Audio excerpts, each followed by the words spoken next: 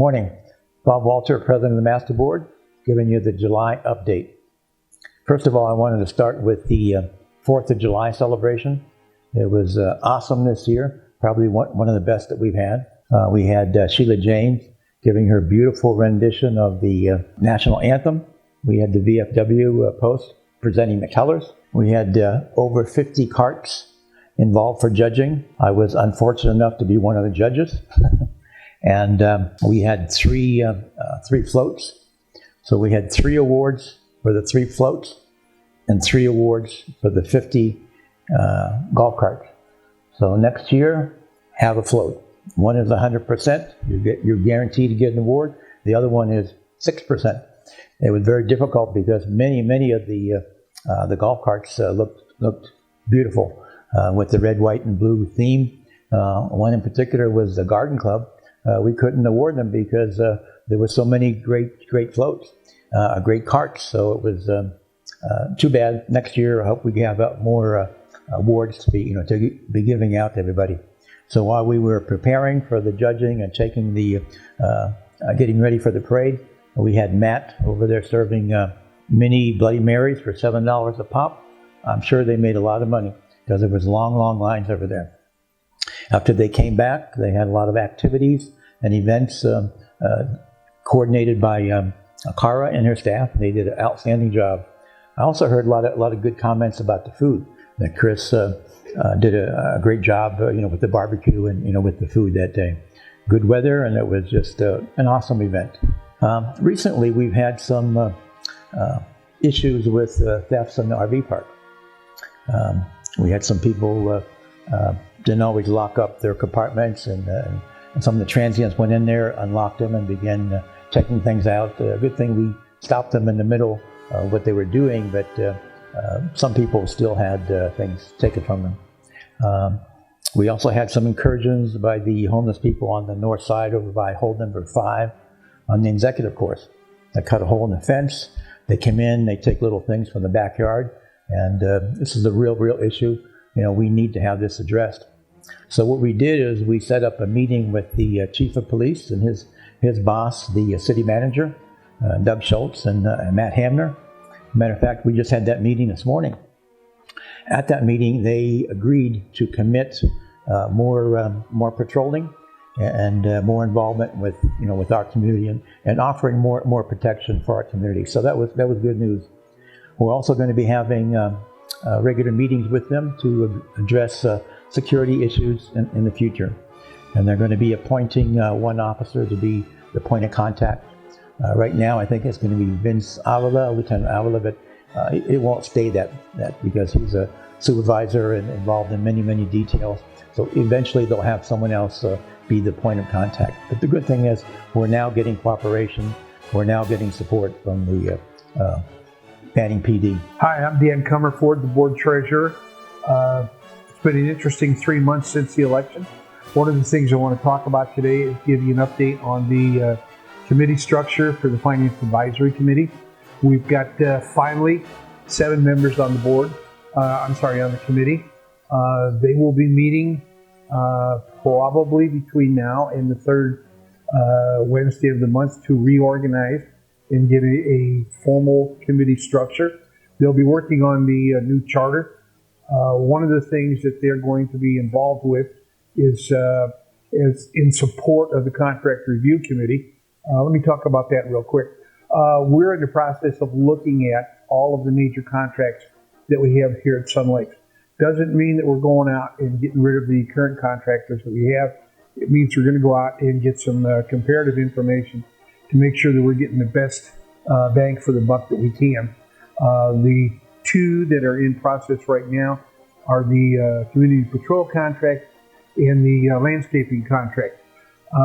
In addition to that, the Contract Review Committee has already had 2 instances where they are at the start of the acquisition progress on the pickleball contract and the wall painting contract. As part of that process, it'll be documented all the way from the beginning to the end. They'll be involved in the pre-bid review and then a post-bid review and make a recommendation to the board on yes or no on the contract. Not a lot going on in terms of the budget yet, but we will have probably 3 workshops, and we may do it in the order of, we're going to break it up by the functional areas. What I mean by that is the food and beverage operation, the golf operation, and the HOA operation.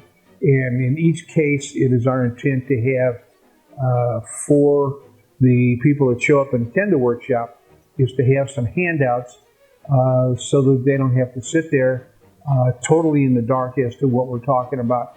And the handouts would be the talking points for the chiefs, the functional chiefs in each one of those areas, in terms of what they are presenting to have in their budget and the issues that they have regarding cost control and people in the future. That's really about it for the July update. I think we'll have more for you next month. Thanks. Also, the board is enhancing the cameras.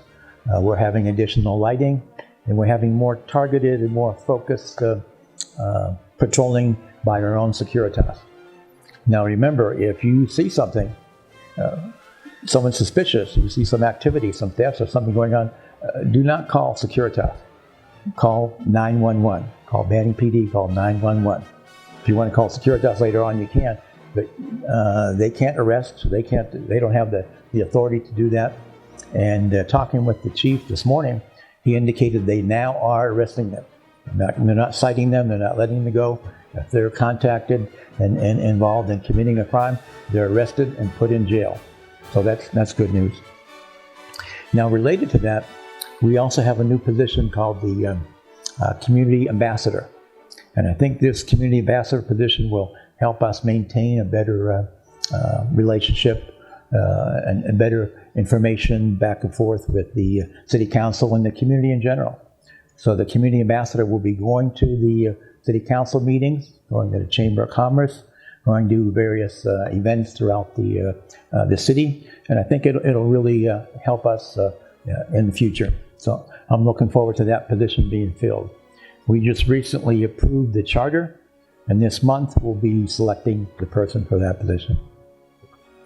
Another concern is the state water mandates. You probably read about that. The governor issued an order N7-22 indicating stage 2 water restrictions throughout the state. We have water here. It's not an issue with water here, but it's a state mandate, so we have to comply with it. And the good news is that the golf courses are exempt. They're considered a sports field, therefore they're not subject to those regulations. The bad news is our waterfalls are considered ornamental, and they're no longer allowed to be operated. Effective June 10th, we got an extension until July 14th, but after July 14th, we won't have water coming out of our beautiful waterfalls. Now, the executive order is good for 1 year. So what we're hoping is that in due course, we'll be able to next year get them back operational and the way we have been in the past. But right now, we're kind of stuck with it. We're having a town hall concerning the water restrictions. It's going to be put on by not only First Service and the board, but also by the Banning Water Department. So if you can make it to that, there's going to be 9 o'clock in the morning, July 14th. Now, if you can't make it to that, what we're going to be doing is we will be posting the new water restrictions. You may have a copy here that we can posting the new water restrictions on our website, and also we'll have a copy, in the clubhouse. So when you come in by the reception desk, you can pick that up and you'll know what's required. The main restrictions are really towards the HOA more than they are the residents, but there are some restrictions as to limiting the watering. I think it's like 2 days a week, 10 minutes per station, and but that will be posted, and you will be advised effective July 14th. The other things that we've been involved in here is the Community Awareness Program. It's a great program. They have monthly events, monthly presenters. The next one is going to be Union Pacific Railroad this month on the 28th from 1 to 3 in the main ballroom. So if you can make it, come to that. because Union Pacific Railroad has a lot of problems, a lot of issues, just like we do. We're also going to have the Chief of Police and Securitas answering any questions that you may have. One of the other things that we've encountered is that Bob and Lee and Hernan have been doing such a great job with Channel 97 and the programming. They're getting swamped with a lot of requests for people to go ahead and take them and put programs on, and they have to organize that and schedule it. So if you want to do that, you have to fill out a video request form. The request forms are in the clubhouse when you first come in, next to all the flyers. So fill that out, send it in to Hernan or Bob, and you might be able to get scheduled and get on Channel 97. We have some great new committees, Contract Review Committee, and we're going to be reviewing all the major contracts that we have here, like with Artistic, Securitas. It doesn't mean that we're not going to use them. It just means that we want to see what's out there. We want to get the best bang for our buck, see if we can provide the best service without excessive expenses, because excessive expenses end up raising the HOAs, which we are not interested in doing. So we're going to be doing that the next couple of months, and we'll keep you advised to what's transpiring with that. We had on June 25th a power outage from 7 to 10:30 in the morning, and when that happened, we were not totally prepared. So the good thing is Dick and Linda Spalding brought their RV over to the bus room to provide their generator, and also we had Eileen and Hank Zolkowski had a portable generator. They also brought it over to the bus room. So they were the only operational generators that we had at the time. So we discovered that problem.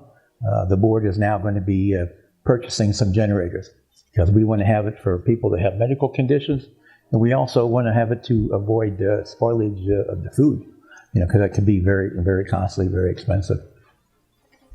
So some of the things that the board has been doing this past month, with the approval of the Contract Review Committee, we have approved the painting of all the stucco walls.